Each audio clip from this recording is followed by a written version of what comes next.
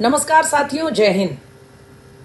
आज जुडिशियरी के दृष्टि से देखें तो देश में एक बहुत बड़ा दिन है। एसआईआर, स्पेशल इंटेंसिव रिवीजन, यानी जो विशेष गहन पुनरीक्षण हमारे मतदाता सूची का, वोटर रोल्स का, ये प्रक्रिया शुरू की गई। जो पहली एसआईआर की जो एक्सरसाइज है वो बिहार चुनाव से पहले पहले की गई। उसको लेकर आप जानते हैं कि अनगिनत, पता नहीं कितने दर्जन पिटीशंस, याचिकाएं तमाम अलग अलग अदालतों में, विशेष रूप से सुप्रीम कोर्ट में दाखिल किए गए थे। बंगाल में जब एसआईआर का समय आया, उस समय तो ऐसी नौबत आ गई कि एक दिन परेशान होकर मुख्य न्यायाधीश सीजेआई सूर्यकांत को कहना पड़ा बंगाल, वेस्ट बंगाल सरकार और टीएमसी के याचिकाकर्ता से कि क्या हमारे पास और कोई काम नहीं है? आप हर दूसरे दिन एसआईआर के खिलाफ एक याचिका लेकर हमारे पास क्यों आ जाते हैं? बहरहाल, उसके बारे में आप सब पहले से जानते हैं। बुधवार का दिन भारत की जुडिशियरी में ऐतिहासिक है और लोकतंत्र के लिए, हमारे चुनाव सुधार प्रक्रिया के लिए भी ऐतिहासिक है, क्योंकि जो सबसे पहली बिहार चुनाव के वक्त ही, उससे पहले और सबसे यानी प्राइमरी, जो सबसे प्रमुख याचिका एसआईआर के खिलाफ अदालत में दायर की गई थी, जिसमें कुछ एक्टिविस्ट और कुछ सीधे सीधे राजनीति से जुड़े लोग शामिल थे, जैसे कि टीएमसी की लोकसभा सांसद महुआ मोइत्रा, अपने आप को एक स्वराज पार्टी, पता नहीं आजकल वो स्वराज पार्टी है कि नहीं, लेकिन आमतौर पर अपने आप को एक्टिविस्ट, राजनीतिक कार्यकर्ता कहने वाले योगेंद्र यादव और ऐसे कुछ अन्य लोगों ने मिलकर, ये कुछ दो प्रमुख नाम मैं आपको बता रही हूँ। ये वो लोग हैं जो एसआईआर के खिलाफ सुप्रीम कोर्ट गए थे। किस मामले में? क्योंकि जैसा मैंने आपको कहा साथियों, दर्जनों याचिकाएं हैं, तो ये स्पष्टता जरूरी है कि बुधवार को जिस मामले में ये फैसला आया, वो मामला ये था कि महुआ मोइत्रा, योगेंद्र यादव और उनके कुछ अन्य साथियों ने मिलकर ये चैलेंज किया था सुप्रीम कोर्ट में कि इलेक्शन कमीशन ऑफ इंडिया को एसआईआर जैसी एक गहन एक्सरसाइज जो है उसको करने का वैधानिक अधिकार ही नहीं है, कॉन्स्टिट्यूशनल राइट नहीं है, क्योंकि जो इलेक्शन कमीशन है, निर्वाचन आयोग है भारत का, उसका अधिकार है केवल वोटर लिस्ट, मतदाता सूची तक उसका अधिकार है। लेकिन स्पेशल इंटेंसिव रिवीजन जो हो रही है एसआईआर, ये कहीं ना कहीं व्यक्ति की नागरिकता को, सिटीजनशिप को सीधे सीधे उसको एग्जामिन किया जा रहा है, तो ये वैधानिक अधिकार निर्वाचन आयोग को नहीं है। तो बुधवार को इस पर स्पष्टता हो गई पूरी तरह और ये फैसला आ गया कि एसआईआर को करने का, एसआईआर जैसी कोई भी प्रक्रिया करने का निर्वाचन आयोग को वैधानिक अधिकार है। Election commission of India has the constitutional right to conduct an SIR or any such exercise. अब आप मोटी बात समझ गए हैं कि जो भी लोग, चाहे वो कोई एक्टिविस्ट हो, कोई राजनेता हो, राजनीतिक दल के लोग हों या अन्य टिप्पणीकार हों, देश विदेश कहीं भी, अगर कोई भी इसकी राइट को, वैधानिकता को चैलेंज करना था, तो अब उसको ये प्रयास छोड़ देना चाहिए। छोड़ा जाएगा कि नहीं पता नहीं, कम से कम योगेंद्र यादव के रिएक्शन से तो लगता है कि वो अभी भी इस मुद्दे को छोड़ने को तैयार नहीं है। हालांकि वो खुद अदालत नहीं गए, अपनी ही दायर की गई याचिका का फैसला सुनने नहीं गए, न महुआ मोइत्रा और अन्य लोग गए। क्यों नहीं गए, इसका जवाब वही दे सकते हैं। लेकिन हमारे लिए और आप सबके लिए ये समझना जरूरी है, क्योंकि ये ऐसा मुद्दा है जो 6 महीने से पूरे देश में सुर्खियां बना हुआ है। और सुर्खियों से ज्यादा महत्वपूर्ण सवाल ये है कि इसने पूरे भारत के लोकतंत्र को, हमारी पूरी चुनावी प्रक्रिया को, जो आज की डेट में दुनिया की सबसे बड़ी चुनावी प्रक्रिया है, the biggest election on the planet, उस पूरी चुनावी प्रक्रिया की जो शुचिता है, उसकी जो हम यूं कहे कि उसकी पारदर्शिता पर एक बहुत बड़ा प्रश्न खड़ा कर दिया था और दुनिया भर से, देश विदेश से लोग उस पर उल जलूल टिप्पणियां कर रहे थे। तो उस दृष्टि से आप देखें तो ये फैसला बहुत महत्वपूर्ण है और इसके कुछ बड़े बड़े 2-3 बिंदु हमें जरूर समझ लेने चाहिए। हालांकि बहुत बड़ा फैसला है और जैसा कि ऐसे मामलों में होता है कॉन्स्टिट्यूशनल मैटर्स में, एक लंबा चौड़ा ये एक ऑर्डर आया है। लेकिन मैं 2-1 बड़ी बातें साथियों यहां पर आपसे जरूर हम शेयर करना चाहेंगे।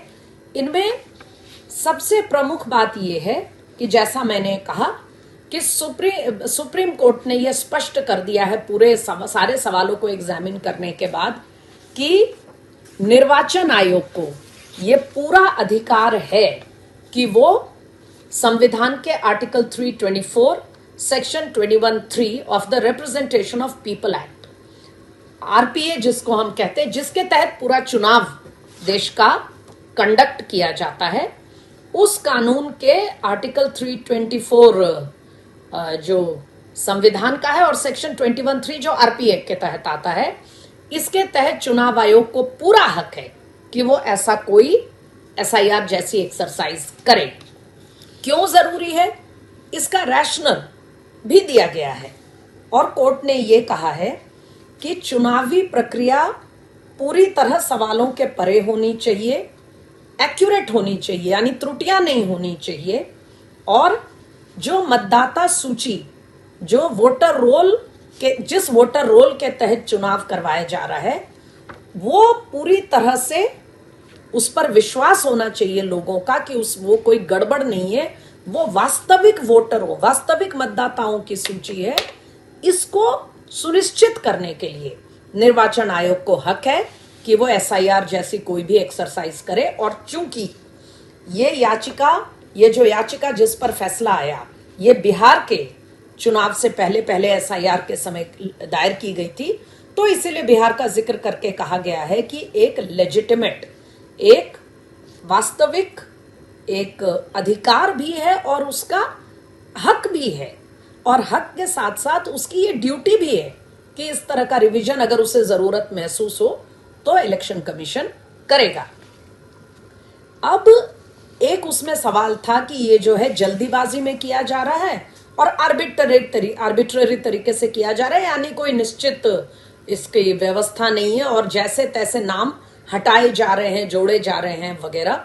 ज्यादा शिकायतों हटाए जाने की थी, उस पर भी कोर्ट ने स्पष्ट कर दिया कि हमें कहीं ऐसा नहीं लगा कि उनके जो नोटिस थे, जो ऑब्जेक्शंस थे, जो वेरिफिकेशन थे, आप जानते हैं 3 चरण में एसआईआर किया गया। पहले आपको फॉर्म आएगा, आप उसमें अपना डिटेल भरेंगे, अगर उसमें कहीं कोई कमी लगी तो आपको नोटिस आएगा, आप नोटिस का जवाब देंगे।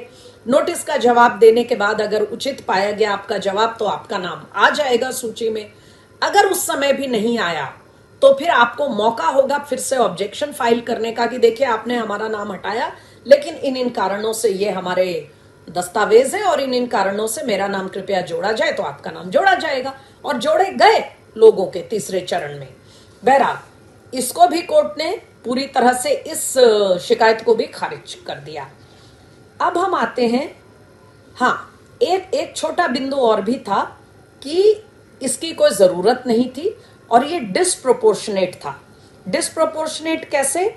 वो ये कहा गया कि ये जितनी बड़ी एक्सरसाइज की गई और जितना गहन ये किया गया, इसकी आवश्यकता नहीं थी। कोर्ट ने कहा ऐसा बिल्कुल नहीं है, जिस तरह की ये एक्सरसाइज थी उसको देखते हुए एकदम सही हुआ है और दुरुस्त हुआ है।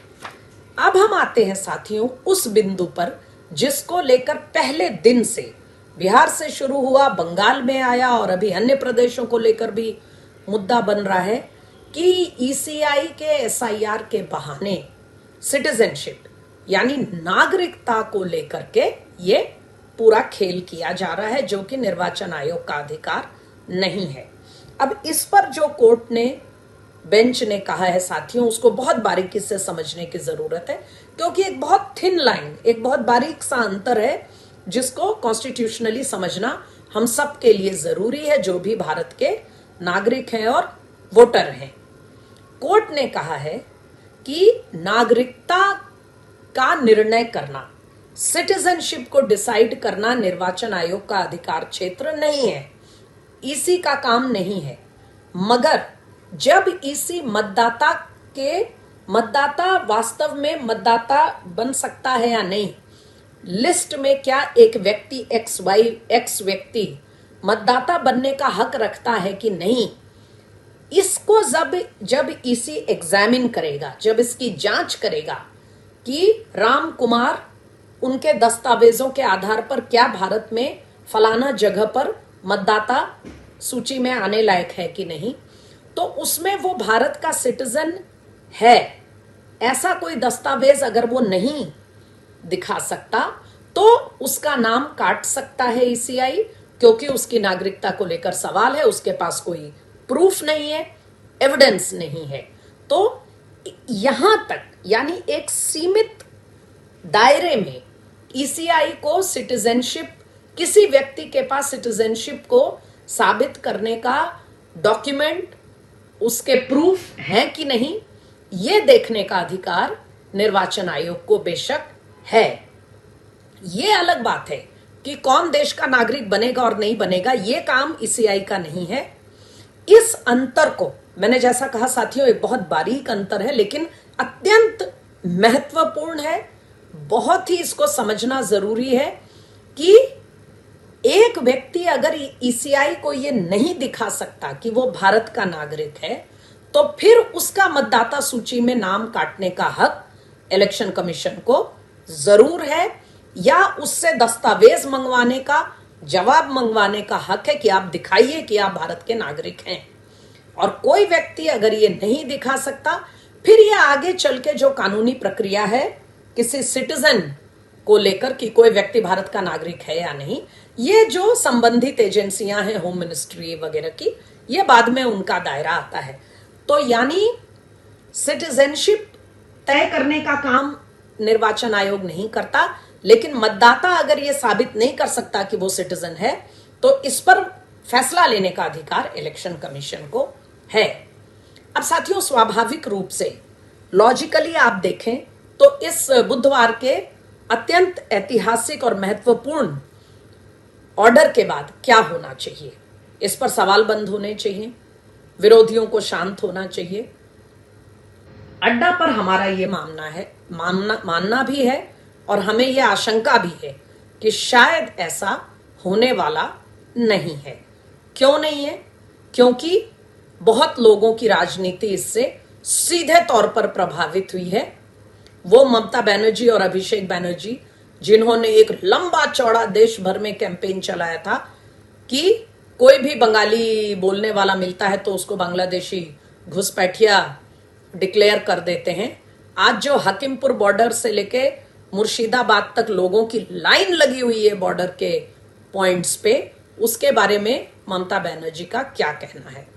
हम ये बात यहां इसलिए ला रहे हैं क्योंकि हम ये बताना चाहते हैं कि लंबे समय से कुछ लोगों की राजनीति एसआईआर का विरोध करके अनावश्यक आशंकाएं पैदा करना, लोगों को डराना और लोगों को ये बेहद जरूरी, अत्यंत महत्वपूर्ण जो ये सुधार, ये रिफॉर्म प्रोसेस था, उसके खिलाफ भड़काना था और भड़काया गया। राहुल गांधी ने पूरे बिहार में वोट चोरी यात्रा की, क्या अब वो माफी मांगेंगे? तो साथियों, नजर रखनी पड़ेगी आगे इसमें क्या होता है। इतना तय है कि अब आगे कोई अगर कोर्ट जाएगा एसआईआर किसी भी अन्य राज्य में, जैसा कि सभी राज्यों में होना है, अन्य राज्यों में एसआईआर को लेके, तो अब उसके लिए रोज रोज की ये याचिकाएं दायर करना मुमकिन नहीं होगा, इतना हम कह सकते हैं। बाकी आगे क्या होगा उस पर हम नजर रखेंगे। हमारे अड्डा पर आते रहिए और हमें सब्सक्राइब करिए। नमस्कार।